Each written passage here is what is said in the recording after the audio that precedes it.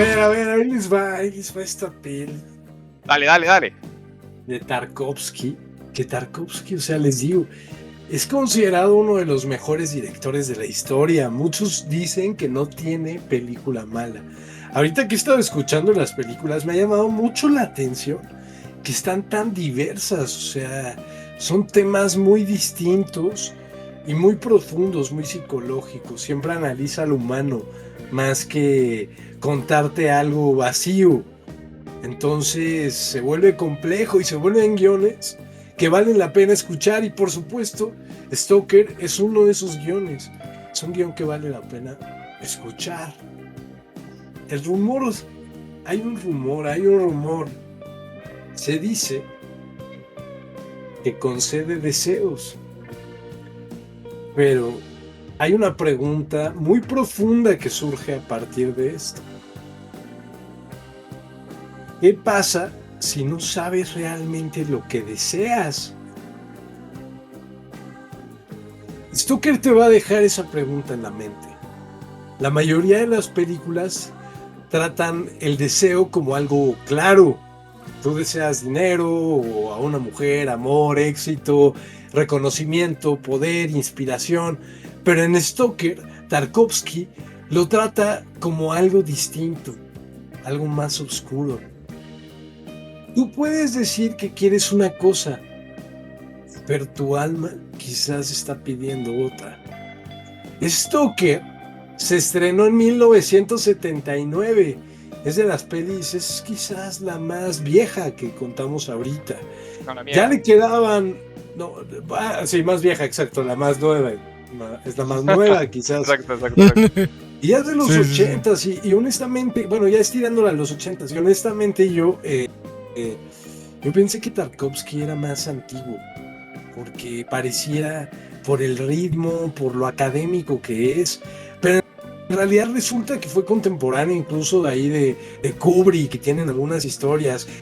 Quizás no es tan conocido por ser ruso, pero escuchen estas historias, por favor, porque Stoker vale la pena.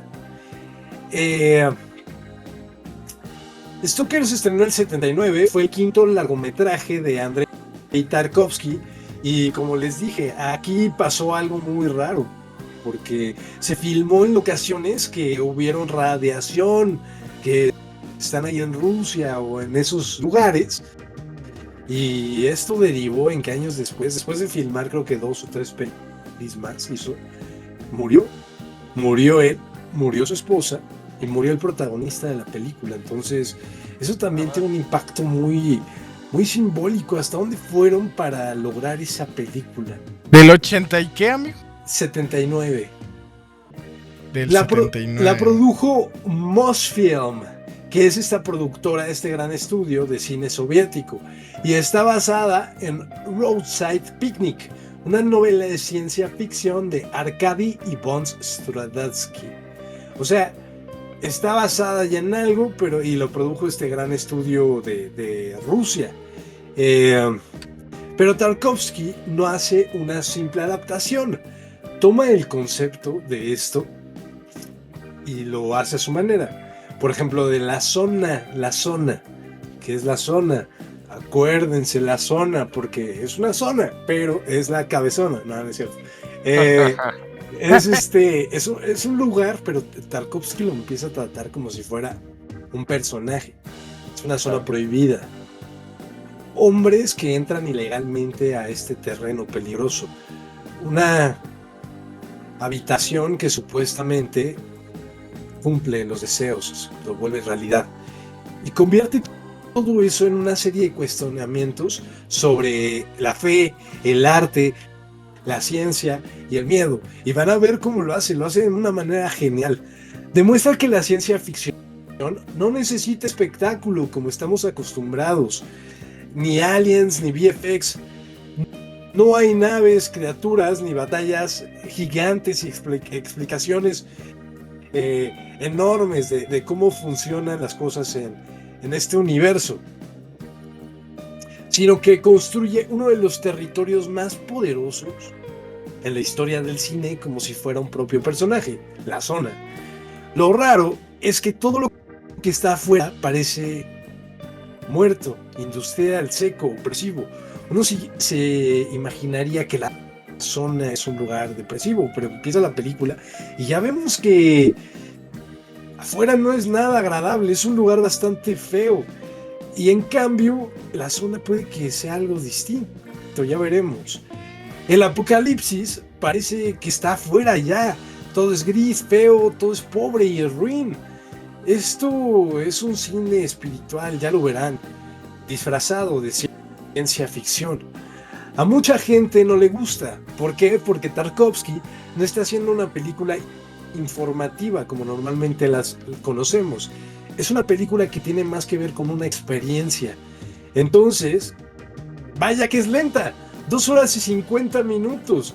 En donde de repente ves un plano de un rostro y se queda 1 minuto. Y luego ves otro y se queda otro. Los 2 minutos. Pero la lentitud no es precisamente una falta de ritmo. Es el método de Tarkovsky. Te obliga a dejar de consumir la trama y empezar a observar a los personajes y sus humanidades. Observas todo el ambiente, observas el agua, el óxido, la respiración, su cansancio, sus silencios, lo que le temen, las ruinas de estas personas y sus rostros en realidad. No te cuenta la zona, te hace pasar tiempo adentro de ella. La película empieza en un tono medio sepia, se ve feo, es un mundo industrial agotado, como si la vida hubiera perdido todo el color antes de que la historia siquiera empiece. Los textos al principio nos hacen saber que algo pasó en este pequeño país. Quizás fue un meteorito, dicen los textos, quizás fue una visita del abismo cósmico, algo que nadie puede explicar. El lugar fue llamado La Zona. Mandaron tropas, pero no volvieron. Entonces decidieron rodearla con alambradas, policías y soldados, como si el Estado hubiera decidido que, si no podía entender el misterio, al menos podía cerrarlo. Así que así empieza con estos textos. Y entonces vemos una casa muy pobre, y en una cama vemos un hombre acostado, dormido. Está su mujer y está su niña. Se ve que pues, son pobres, todos duermen ahí. Y se ve feo en la habitación. El hombre se despierta antes que todos, se viste en silencio. No parece alguien que va a ir al trabajo, parece alguien que está realmente destrozado. Su esposa despierta también, lo ve y entonces comprende. Va a volver a ir a la zona. No, no te vayas. Volveré pronto. Eso dijiste antes y volviste a la cárcel. Esta vez será distinto. No será distinto. Esta vez no serán 5 años, serán 10. No puedo quedarme. Piensa en tu hija. O tampoco ella puede competir con la zona.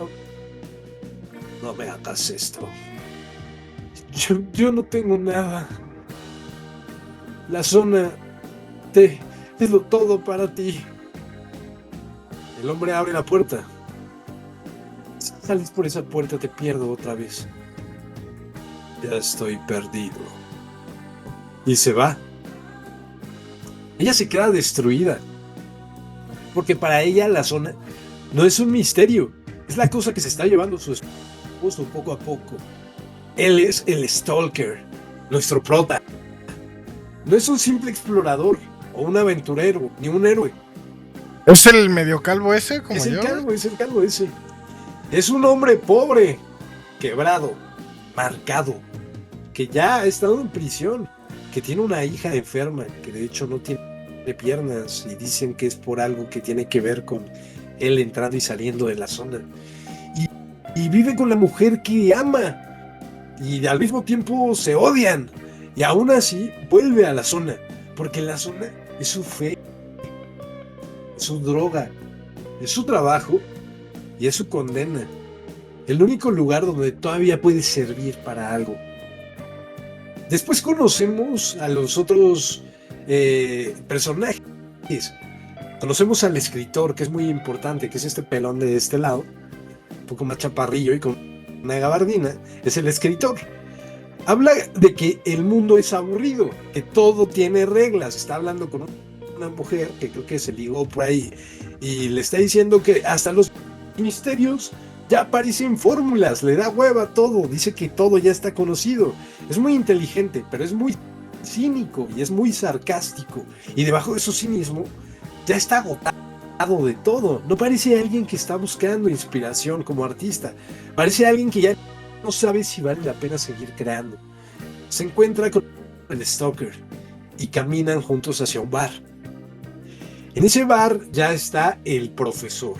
Acuérdense de estos tres personajes: el Stoker, el escritor y el del gorro de allá es el profesor. Esos tres van a ser los principales. Él es más seco, es más racional, es un tipo un poco más ruco, está más alto, es un científico, es físico, es un hombre que no entra al misterio para arrodillarse ante él, sino que quiere entenderlo para ver si lo puede controlar.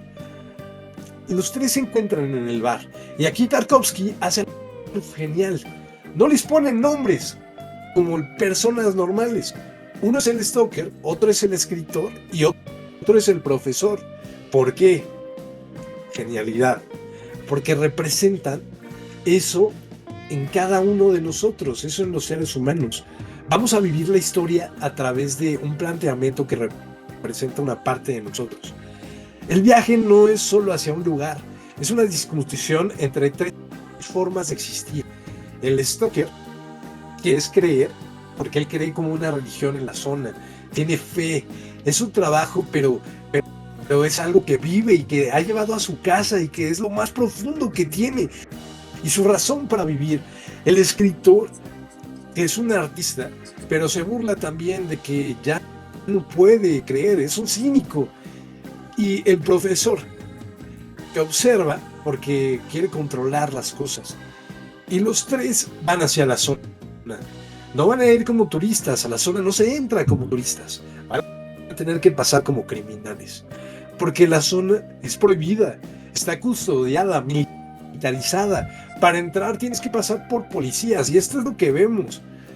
Balazos, atraviesan puestos de vigilancia, se mueven entre las ruinas, aprovechan el paso de un tren. Los tres tipos, los está llevando el Stoker, de eso trabaja. Hay soldados, luces, disparos. El mundo exterior no deja entrar a nadie. No quieren que entre el gobierno o todo el control, no quiere que entre nadie a la zona.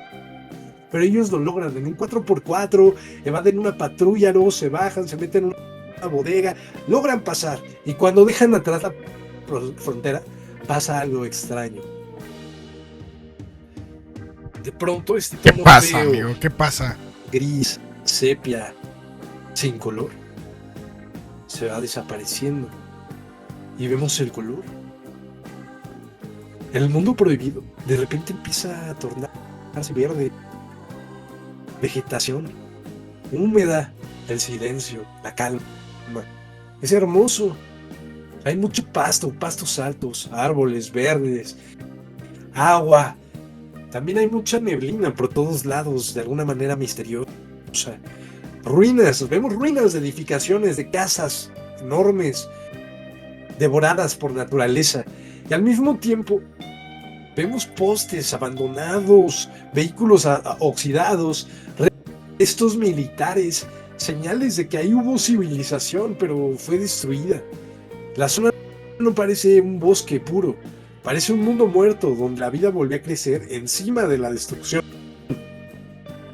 La vida de las plantas. Afuera del lugar legal y civilizado parece muerto. Adentro el lugar prohibido parece un oasis de color verde. Stoker plantea, sin decir, que el apocalipsis en realidad no es la zona. El apocalipsis parece que está afuera. Pero de repente nuestro personaje cambia en cuanto entra. Afuera parecía débil, patético. Aquí no. Aquí él es el único que entiende dónde están. Le da confianza. Les cuenta de un viejo Stoker. Stalkers son estos tipos que entran turisteando, meten gente a la zona de manera ilegal. Era su maestro, este otro Stoker. una leyenda negra que de repente suele mencionar el Stoker. Dicobras le llama. Él enseñó a ser Stoker. Era su maestro, Dicobras. Le abrió los ojos. Entonces, algo pasó raro con Dicobras. De repente algo se había quebrado dentro de él, como si se hubiera castigado, lo hubieran castigado. Y se va el Stoker, se va solo a... Vemos que se va y se echa una siesta ahí en el bosque. Y el profesor aprovecha esto para explicarle al escritor de Dicobras. Él sabe quién es. Le dice que un día Dicobras volvió de aquí, de la zona, y que de repente, de la noche a la mañana, se hizo rico, fabulosamente rico. Y entonces el escritor cínico le dice, ¿y eso es muy castigado? Y le dice el profesor, pues bueno, a la semana se ahorcó. Entonces se quedan pensativos los dos. El Stoker vuelve de su siesta solitaria. Les dice que no caminen por donde quieran, que no se pueden andar separando, que no toquen nada, que no vuelvan por el mismo camino. Y saca una especie de tuercas que las amarra en unos pedazos de tela. Y cada vez que van a avanzar, este güey lanza las tuercas y donde cae la tuerca avanzan. Como si todo tuviera leyes y reglas muy importantes. No son magia, no son tecnología. Son una forma de preguntar, una forma de aceptar que la zona no se domina, sino que se obedece. El profesor quiere medirla. El escritor quiere burlarse cínicamente de lo que está sucediendo. El Stoker sabe que primero hay que respetarla. Para él es como una religión. En una película normal, si la habitación está cerca, pues vas derecho. Aquí no. Aquí ir derecho puede matarte. Porque la zona no funciona como espacio. Funciona como una voluntad. Como si el lugar estuviera vivo. Como si cambiara. Como si te escuchara y te conociera. Como si lo que ocurre ahí no dependiera solamente del terreno, sino también de lo que eres por dentro. El escritor no aguanta. De repente ya se desespera de que va muy lento el Stoker. Así que, ¿por qué rodear? ¿Por qué lanzar las tuercas? ¿Por qué obedecer a un hombre que parece estar roto? Y entonces hace lo que no debe. Se va caminando solo. El Stoker le grita que se detenga, pero él no hace caso. Sigue. La zona se calla. Y esto es peor. De pronto, ya no se siente valiente. Siente algo invisible que lo está mirando. No es una trampa, ni un soldado, ni un monstruo. Algo que no necesita ni siquiera tocarlo para detenerlo. Regresa. Dice que alguien le ordenó detenerse. El Stoker le contesta: no fui yo, fue tu miedo. El miedo te devolvió la razón. Ahí entendemos la primera regla real del Stoker. La zona no castiga a los malos ni premia a los buenos. Quizás deja pasar a los desesperados, es lo que él dice. A los que ya no tienen esperanza, no tienen nada. A los que vienen rotos. Pero incluso ellos pueden morir si se comportan con arrogancia aquí. Para Tarkovsky, el problema no es buenos contra malos. Es humildad contra soberbia. Fe contra control. Vulnerabilidad contra rigidez. En la zona, sobrevivir no es imponerse, sino doblarse. El viaje sigue, pero Tarkovsky no lo filma como aventura, sino como un desgaste. No hay persecuciones, ni monstruos, ni mapas, sino que vemos a estos hombres caminando por ruinas, entre agua, túneles, óxido, ruinas y más ruinas de edificios grandes, silencio. Poco a poco la película deja de tratar sobre llegar, sino empieza a tratarse de lo que son ellos mientras intentan llegar. De repente el profesor dice: dejé mi mochila, la perdió. Y entonces le dice: no importa, ya, a ver, sigue, no puedes separarte. Y cuando no se dan cuenta, este güey se va sin decirle por su mochila. Contra toda lógica, de repente pues el Stoker está caminando ya solo con el escritor, el profesor fue por su mochila, y le dice, ¿sabes qué? Tenemos que seguir. Y de repente se lo encuentran adelante al profesor, como si la zona hubiera permitido algo imposible, o como si se estuviera riendo de ellos. Luego descansan entre las ruinas, se duermen. Un perro negro aparece constantemente. El agua corre. Hay objetos sumergidos en las ruinas. Vemos que todos los edificios están como un poco inundados. Y ahí vemos armas, vemos algunas máquinas, vemos muchas imágenes religiosas, vemos pedazos de cultura, basura humana también, como si todo lo que somos terminara flotando en esa misma agua. Y ahí el escritor empieza a quebrarse. Habla del arte, de escribir y de la inspiración, pero ya no suena tan brillante, más bien ya suena cansado. Dice que un hombre escribe porque duda, porque está atormentado, eso es lo que los hace escribir, porque necesita probarse algo a sí mismo, que vale algo. Y entonces se pregunta algo: ¿y qué tal si la habitación pudiera darme inspiración, talento, gloria? ¿Seguiría teniendo sentido entonces escribir, crear? Si ya tuviera seguro que soy un genio, ¿para qué escribir?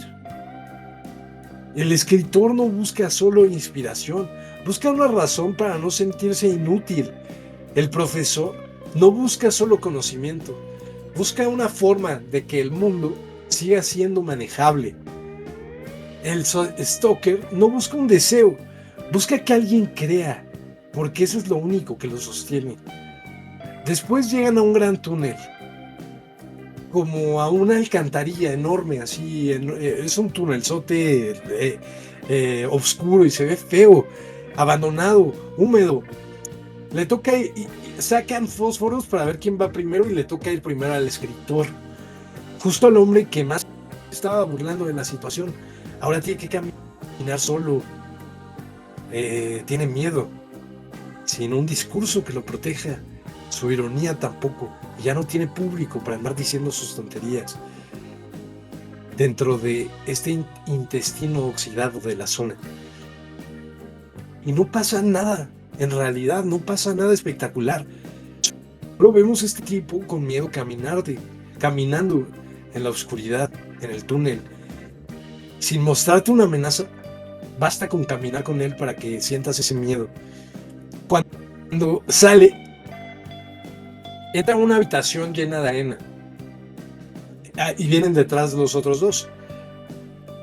La habitación es muy extraña, es como si un desierto se hubiera formado dentro de una construcción abandonada.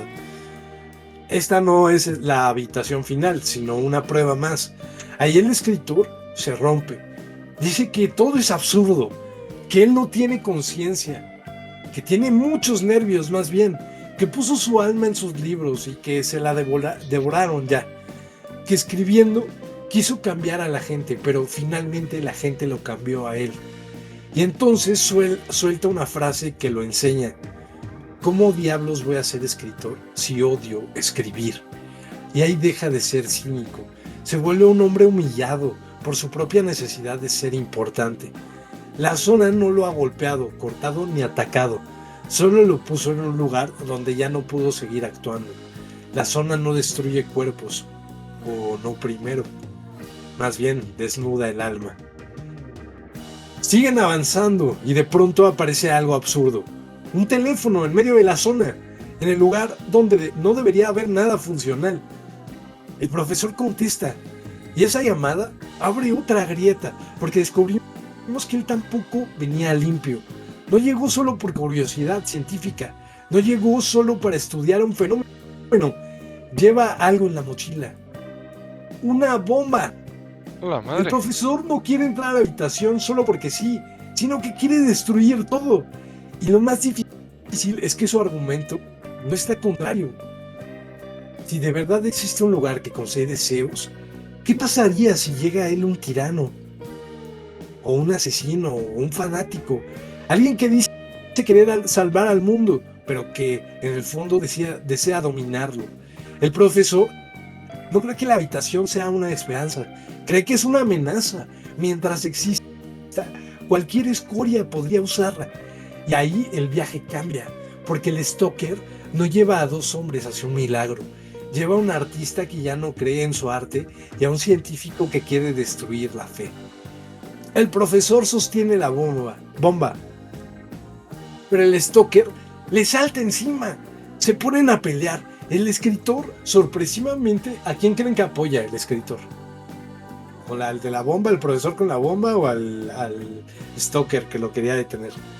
Creo que el Stoker. Apoya al profesor con la bomba, güey. Apoya al profesor con la bomba. Sí, a huevo que sí. Pinches escritores emocionales de mierda. Ya le creyó. Sí, parecía que también quiere ya destruir la zona. Tiran al Stoker al agua, lo humillan ahí. Él les ruega que no lo hagan. Esa es su religión. Es todo lo que tiene. Es lo único que le da propósito a su vida simosa. Así que se siente...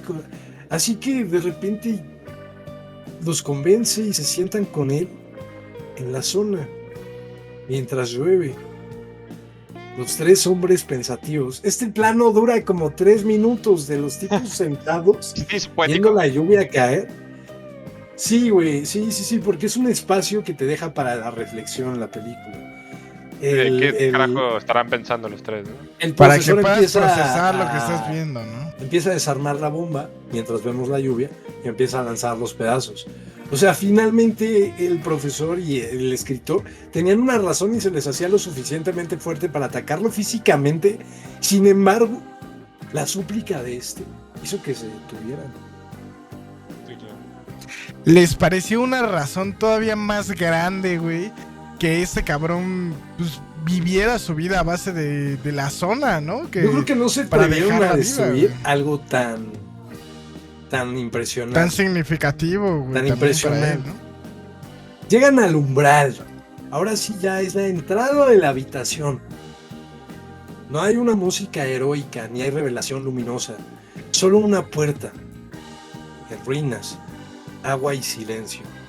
El Stoker está temblando. Les dice que ese es el momento más importante de sus vidas. Les dice que no necesitan pedir nada en voz alta. La habitación los va a escuchar en lo más profundo. Lo que nace de su sufrimiento. Lo que ni ellos mismos saben nombrar. Les pide que recuerden su vida, que vayan rememorando. Que cuando un hombre rememora, los hombres son buenos. Y lo más importante, que crean. La fe. Y les dice, entren, ¿quién va primero? Tú, escritor, pero no se mueven. El escritor ya no quiere entrar. Y el profesor tampoco. Ya les dio culo, cabrón. El Stoker empieza a comprender algo. Los llevó al milagro, pero ninguno puede creer en sí mismo. No saben qué van a desear finalmente. Entonces viene la revelación que cambia algo en la película. Hasta ahora creíamos que la habitación concedía deseos, como en un cuento, una leyenda, una lámpara mágica. Pero el escritor hace la pregunta correcta.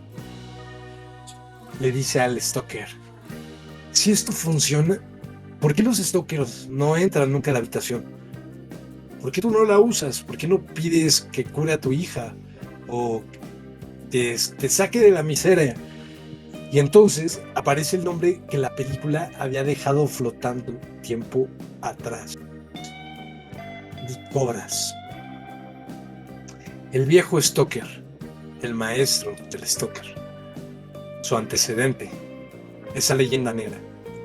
El escritor le dice, si la habitación concede deseos, ¿por qué no entras? Un Stoker no debe entrar. ¿Por qué? ¿Por qué son santos? El Stoker guarda silencio. ¿Qué pasó con Cobras? No hablé de él.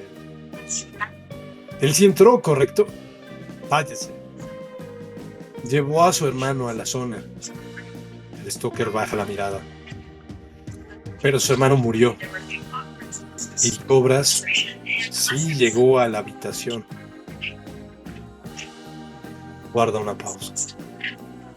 Él pensaba que quería que su hermano volviera. Lo pidió a gritos. El profesor deja de moverse y lo ve con atención. Pero la habitación no le dio a su hermano. Basta. Le dio dinero, mucho dinero. Entonces, Cobra se entendió. Su deseo más profundo no era recuperar a su hermano. Era hacerse rico. Por eso una semana después se ahorcó. Ahí, Stoker cambia. Eso significa que la habitación no concede lo que dices querer, concede lo que realmente deseas, no lo que gritas, ni explicas, ni justificas, ni lo que crees noble de ti, sino eso que está más abajo, eso que te dirige sin pedir permiso, eso que ni tú quieres mirar. Y Cobra llegó humillado, pidiendo por su hermano, pero la habitación le mostró otra cosa, que en el fondo su alma había pedido un deseo más vergonzoso, más sucio, más real, y no pudo soportarlo.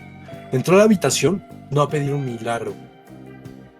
Entrar a la habitación no es pedir un milagro, es tener que someterte a un juicio. Y entonces entendemos por qué no entran. El escritor no tiene miedo de que la habitación no funcione, tiene miedo de que funcione demasiado bien, tiene miedo de pedir inspiración y recibir fama, de pedir arte y recibir vanidad, de pedir sentido y descubrir que solo quería ser admirado. El profesor no tiene miedo de la superstición, tiene miedo de que el deseo humano sea más peligroso que cualquier bomba. Y el Stoker no tiene miedo de la zona, tiene miedo de aceptar que quizás nadie está listo para recibir lo que la zona ofrece. Ya estamos en la recta final. Los tres se quedan frente a la habitación, frente al milagro, frente al juicio, y deciden no entrar. En cualquier otra historia, todo estaría construido para que alguien cruce la puerta, para que pierda algo, para que viéramos que se cumple. Tarkovsky hace lo contrario, construye todo hacia la puerta, y el clímax es que nadie tiene alma suficiente para cruzar. El profesor no destruye la habitación, pero tampoco cree en ella. El escritor no entra, prefiere volver a su vida rota, beber en su casa, morir con sus dudas. El Stoker tampoco va a entrar, porque su papel no es recibir, sino guiar, y eso necesita creer. Y entonces se van. No hay deseo, no hay milagro, no hay salvación. Solo 3 hombres que llegaron al centro de la zona y descubrieron que el verdadero obstáculo no estaba en el camino, sino en ellos. Regresan al bar y vemos otra vez el mundo en sepia, ese mundo muerto y feo. El perro de la zona lo siguió y se quedó con el Stoker, porque la zona no se queda atrás. La zona siempre va contigo. En casa, el Stoker se derrumba. Está cansado, pero no solo físicamente, sino espiritualmente. Dice que nadie le cree, que el escritor no le cree, que el profesor no le cree, los maldice, que nadie le cree. Tal vez sus esfuerzos fueron en vano. Tal vez la habitación no le importa a nadie. Tal vez el último milagro del mundo existe. Pero los hombres ya no tienen fe para acercarse. Su esposa cuida de él. Ella sabía que sufriría.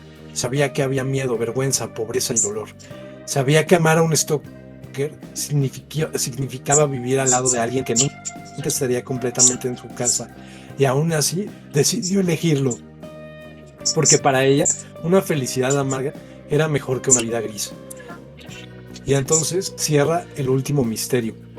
Vemos a la hija del Stoker. Monkey se llama. Es una niña que se dice que está enferma gracias al contacto que su padre tiene con la zona constantemente, sin dar muchos detalles, pero que se quedó sin piernas y se ve desvalidada. Se cubre la cabeza con un trapo dorado. La vemos leer sola. Mira unos vasos sobre la mesa. Deja su libro y se pone a ver los vasos. Y de repente, sin tocarlos, los vasos se comienzan a mover. Uno, luego el otro, luego el otro, y lo tira. El perro se inquieta y el mundo comienza a temblar nuevamente, como al principio, como los trenes, la guerra, la industria, la zona y la casa fueran parte del mismo temblor. La niña apoya la cabeza sobre la mesa, no sonríe, no celebra, no parece una superheroína, parece estar triste, como si cargara algo demasiado grande para su edad. Y Tarkovsky no explica, no te dice si es poder, daño, milagro o mutación, solo te deja una imagen. La zona no termina en la habitación, se fue con ellos. Stoker no termina respondiendo si la habitación funciona, termina preguntando si alguien tendría el alma suficiente para entrar. El Stoker no está llevando a 2 hombres a cumplir el deseo, está llevando a 2 hombres a comprobar si soportan tener un deseo, porque la zona no concede esas fantasías, sino que desnuda realmente tu alma. Por eso esta película sigue siendo tan importante, convierte el tiempo en materia dramática, el espacio en psicología, la imagen en pensamiento. El agua, el óxido, los túneles, las ruinas y los objetos sumergidos no son solo símbolos cerrados, no significan solo una cosa, te obliga a pensar y a tener sensaciones. Tarkovsky no quiere que preguntes qué pasó, quiere que preguntes qué deseo mío no me atrevería a hacer realidad. Porque tal vez el verdadero terror no es que la zona sea falsa, el verdadero terror es que sea real y que al final no estemos listos para recibir lo que tanto decimos querer. Dirigida por Andrei Tarkovsky, esto fue Stoker. Qué bueno, No qué bueno. mames, cabrón.